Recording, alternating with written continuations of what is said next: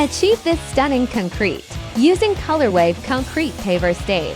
In rust color. Step 1. Surface preparation. Mix 4 ounces of Proclean degreaser with 1 gallon of water. Shake the gallon of degreaser until mixed. Pour into pressure washer soap tank. Pressure wash pavers with Proclean degreaser. Use a scrub brush to remove stubborn dirt. Mop up or use wet dry vac to pick up residue. Rinse surface with water until there's no more residue. Allow concrete to dry completely. Step 2. Preparation. Assemble the sprayer and remove all filters. Shake ColorWave before pouring in the sprayer.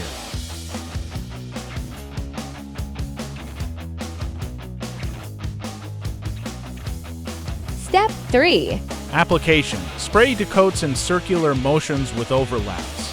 Shake the sprayer from side to side often. Allow to dry 8 hours between coats. Before. After. This is what it looks like when stained. The color will pop when sealer is applied. Step 4. Seal and protect finish. Apply to thin coats of sealer. Wait 8 to 12 hours between coats. Stained. Sealed. Wow, look at that color!